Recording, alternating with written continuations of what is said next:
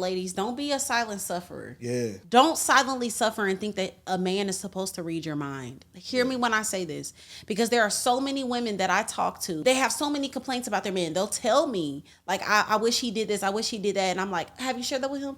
No, I just feel like, why do y'all feel like men are supposed to read y'all minds? This is an Iwebu production. Period. And what is some advice that you will want to give to a married woman that feels like a single mom? And I thought this was so intriguing because, one, I actually was asked this question before on Fresh Leftovers on our interview. I guess it was a question by another wife that the interviewer asked me. Mm-hmm. And I remember when they asked, and you and the two other guys that was a part of this interview was like, what? How can you... What? She talking about she feels like a single mom and she married, and I'm like, yeah, because I felt that way. Yep. That was an experience that I had. And so I remember when me and Namdi first got married, well, not when we first got married, but more so when our kids became toddlers and started being able to walk and talk and ask for mommy, mommy, mommy, mommy, mommy. And so I would be in the kitchen, you know, cooking and doing the laundry and, you know, wiping tables down and like just doing a lot of, you know, the homemaking things that I do. And the kids would zip right past Namdi and they'll be on my heels. Mama, can I have this? Mama, even did this. Mama, why she do th-?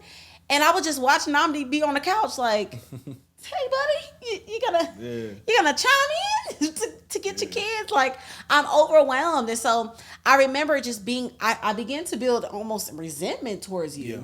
And I began to get annoyed, like, so you're just gonna sit back. Do you hear them? Like, do you hear these kids saying, Mom, 24/7 as I'm cooking, preparing dinner, as I'm cleaning this house, as I'm doing the line? Do you hear this? And on top of that, I'm rapping, I'm making cheerleading music. Like, I am doing a lot. Help me, right? Yeah. And so for a while, I was a silent sufferer for a very long time, actually. And then I also felt like I wasn't a good mother if I didn't do it all. Like, I wasn't a good wife and I wasn't a good mom if I couldn't handle my kids and cook and clean and whatever. And I'm like, wait a minute, no, I'm married though. And this is their father. And so I remember I came to you and I ended up just sharing with you like, hey, babe, like, I set up a scenario. I believe I did it in a great way. Is this a conversation that was good? Yeah, you did good. Okay, because you told me the last one. You did good. Okay, yeah. So I ended up going up to Namdi. I was just like, hey, babe, I set up a scenario. I said, when I'm in the kitchen and I'm like cooking and, you know, you can see that I'm like really focused and trying to get things done.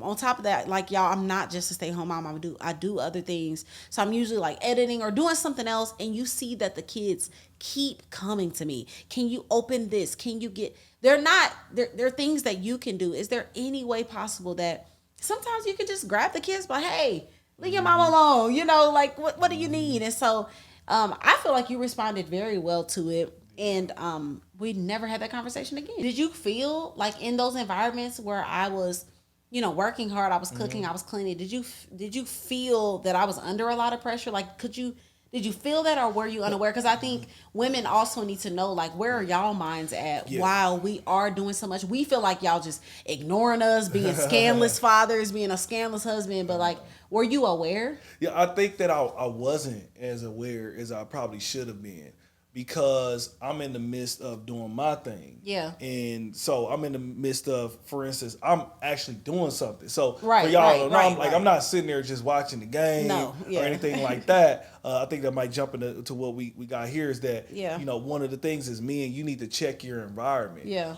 I would be sitting there and I would be doing like a schedule.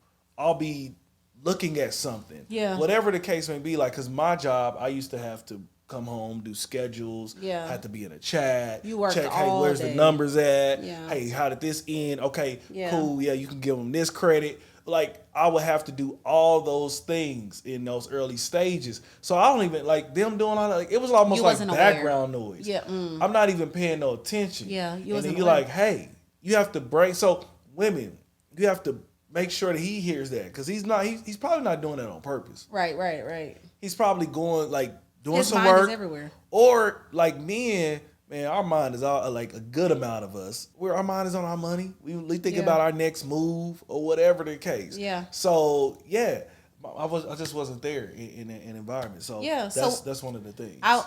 Leading into the next point, and before I go into the next point, I also want to say, ladies, don't be a silent sufferer. Yeah. Like don't silently suffer and think that a man is supposed to read your mind. Hear me when I say this, because there are so many women that I talk to that are like, they have so many complaints about their men. They'll tell me like, I wish he did this, I wish he did that, and I'm like, have you shared that with him?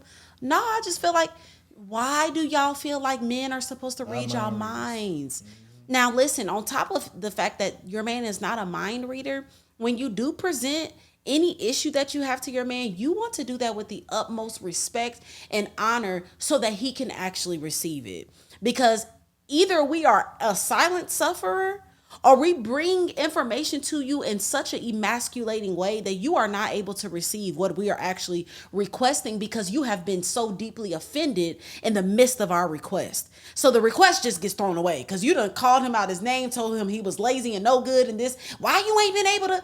He missed the whole point. That's one of the biggest parts. Yes. So number one, you want to make sure that you don't suffer in silence. Men, they need to hear the request. We might be able to feel a man and be able to be like, he seemed a little off today. I'm gonna make him a cup of tea. He seemed a little sad. I'm gonna leave him alone. We might be able to do that, but baby, you got to tell the man. You got to communicate, and how you communicate with him. I say this for every situation. Set up a scenario where that you know your man will be comfortable in. Mm-hmm. So if that's over dinner, you don't want to do this in the middle of the day while he's working. Hey, I just been meaning to tell you. You want to make sure that he's relaxed. Going off on him while he's trying to make money. Exactly. That's if you want to give him a massage while you're sharing this with him. If you want to rub his feet while you share this information with him. If you want to pour him a glass of wine while you share this information, whatever it is, your man. Set it up for him. Yeah. And just like, hey babe, I wanted to express, and just make sure you're doing it with honor and respect. Calm yourself down from your frustration before you go to him. Speak to the Father, take your emotions out of it, and go to him with honor and respect. So, moving on now, outside of that, what advice would you give to the men, husbands to actually help their wives when it comes to their children, so they won't feel like a single mom? Number one, brothers, look up, listen, check your environment. Okay, like I said, it could be just like a soundtrack going on that you just used to that. Especially if as you were a kid, and let's just say you had both parents and you were used to going to your mother all the time, and you saw your mom. Like a lot of the older school women, they suffered in silence. Okay, yes. New school women have too much social media and other things to know that they don't have to suffer in silence. Right. Like you can actually have productive conversations, because a lot of those mothers, a lot of our mothers, they were miserable, and they just went through a lot of marriage miserable, or that marriage didn't actually end up lasting. Right. Why? Because maybe she never had that conversation with your father to really like, hey, I'm needing some help. They all are coming to me. And so, check your environment. Number two, make sure that you leave work at work and be present at home. Leave work at work. Yeah. Like that was one of my issues, is that, a lot of times some of us, we have jobs that continues even once we're gone there. Okay. We have to stay in a chat. We have to answer emails. We're doing some of these high level jobs, and we have to be present even when we're not there. Yeah. So if as much as you can, leaving that work at work, and if you don't have a job that can respect that type of boundary, you don't need it. Maybe you need to look at a different career. Okay? Because this is the most important relationship. This is the most important thing that you got going on, is what you and your wife have. Amen. Let me tell you, you have all the positions, the money, all that. She going out the door. That whole structure, that whole foundation is all messed up. Mm-hmm. Now you have something else thrown in there now. Yeah. Okay, when are you coming to pick up the kids? Right. How much money you got to send for that? Yeah. Let me tell you, that right there is not what you want. Let me tell you, so leave work at work. Number three, help with tasks. Get involved with the kids. Like, for instance, when she came to me and talked to me about those things, sometimes now I'll just go ahead. I know that she might put them in the tub. I might just go ahead and just finish it off. Yeah. Let me go ahead and get them taken care of. Make sure I help them out with their bath, or maybe it's helping out with the homework for my little girl who's in elementary. So helping her out with some of those things and some of those other tasks. Putting the dinner in the oven, being able to do those things. So just helping her out with some of those tasks. Helpful. Take it off of her plate so she's not just overwhelmed and she doesn't feel like that single mom. And let me tell you, this is not easy.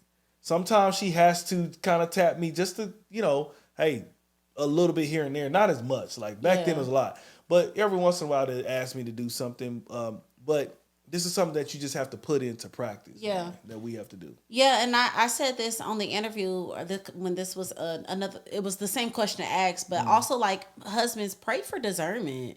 Like you don't have to not have discernment in your marriage just because you're a man. Like, yes, we should not suffer in silence, but like how much better would it be to just be on top of stuff, to just if you see me feeling the type of way, like the type of zone, like and you have that when you can kind of see, okay, she's stressed. Oh yeah, kids, get out of here, and you'll close the door, and leave me alone. Oh yeah, you got to play goalie. Like they'll start to come, and then my mom, no, come here. Yeah. What do you need?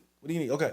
All right, listen, this is what we're gonna do. Okay, baby, I'm gonna help you out with this. You gotta play goalie, because especially for women that are stay at home. Yes. Okay, because their job never ends. Yes. Think about that. Right. You get off at a certain times in a lot of these jobs. Yeah. They don't get off. Yeah. So when I am home, or I'm done with work because I'm home all day because I work from home. Yeah. But when they get here and I am actually done with work now because I can do that now, I'm like, all right, now let me play goalie. Right. She may be resting. She may just be on her phone and just trying to doing another activity. Yeah. And I don't want to do another millionth thing. But it also reminds me that it gets them used to asking daddy, because, I remember the guy in the interview was like, they can see us and go past us. It's because they are not used to you helping. Like they're not used to you getting them the bowl of cereal. They're not used to you putting them in the tub.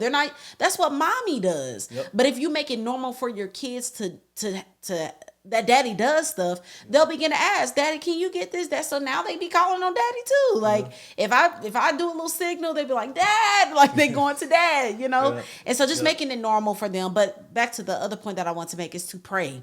Husbands, men of God, and women, pray for your husband to have more discernment. Pray for your husband to be more aware. They don't have to just be stuck in one way. They can grow and they can develop. Yeah, so definitely. So, I mean, that's it, what do you guys think? Any advice for a woman that feels like she's a single mom? Maybe you have been in that predicament too. Make sure that you share in those comments below.